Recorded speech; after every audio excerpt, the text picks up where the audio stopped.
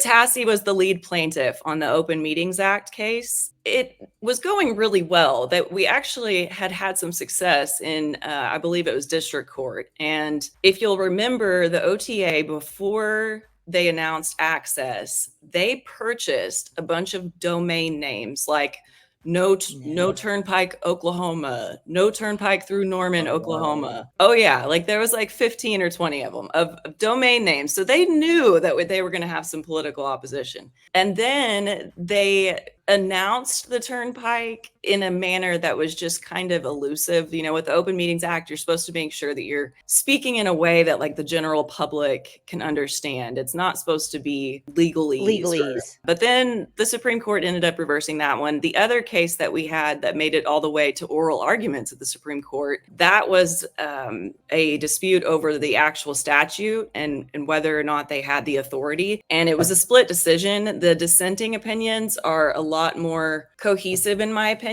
And it's interesting because the dissenters, I'm remembering correctly, all three were Governor Stitt appointees. Okay. And they're kind of the younger ones on the bench. And it was really surprising. I think it was Justice Winchester, when the oral arguments were going on, he was mocking the OTA's attorney and like making these little hand gestures and jokes. And we walked out of there thinking we had it in the bag. And then it was like, what? You authored the opinion? And it was just very interesting. And then we ended up finding out. Well, but wait, I mean, that's a little frustrating to me that a sitting judge was mocking an attorney. I mean, I get that it was the opposing side, but still, I don't even get that. Yeah, I mean, he even like made a joke about what were we supposed to do? Just close our eyes and let you do whatever you want. And that's basically the ruling that they came up with.